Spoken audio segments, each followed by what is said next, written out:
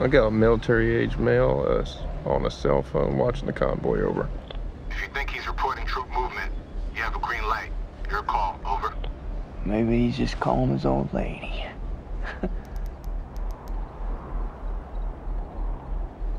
He stepped off.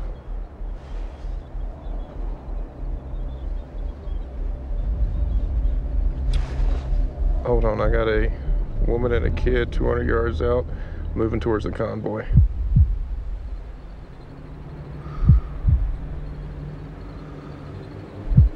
Her arms aren't swinging, she's carrying something.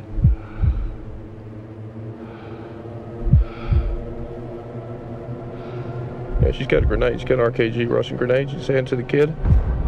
You say a woman and a kid? You got eyes on this? Can you confirm? Negative. Your call. They fry you if you're wrong.